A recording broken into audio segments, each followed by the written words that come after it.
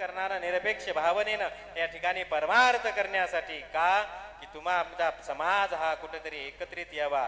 आजच्या कलियुगामध्ये वाढलेल्या भोगवादामध्ये चंगळवादामध्ये कुठेतरी तुम्हाला संतांचे विचार तुमच्यापर्यंत मिळावेत, तुम्हाला संतांच्या विचाराचं सानिध्य मिळावं, तुम्हाला विचारवंत सूर्यभान सारख्या विचारवंत विवेकी पुरुषांचे विचार तुम्हाला ऐकायला मिळावेत, श्रवण करायला मिळावे, सानिध्य मिळावं.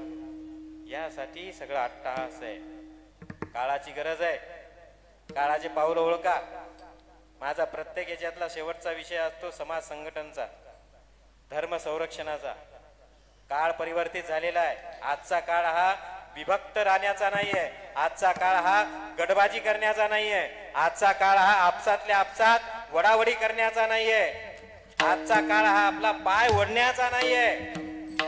आजचा काळ हा एकमेकाला हात देण्याचा आहे. एकमेकाला हात द्या, समाज विकासाच्या मार्गावर गेल्याशिवाय राहत नाही. एकमेकाचे पाय ओढताल तर याच्यामध्ये तुम्ही समाप्त होताल, इतिहासात जमा होताल.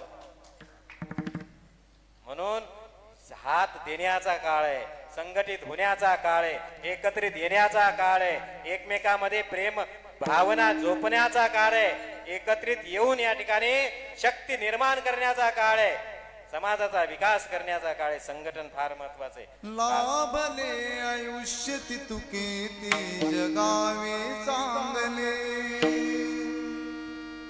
पाऊल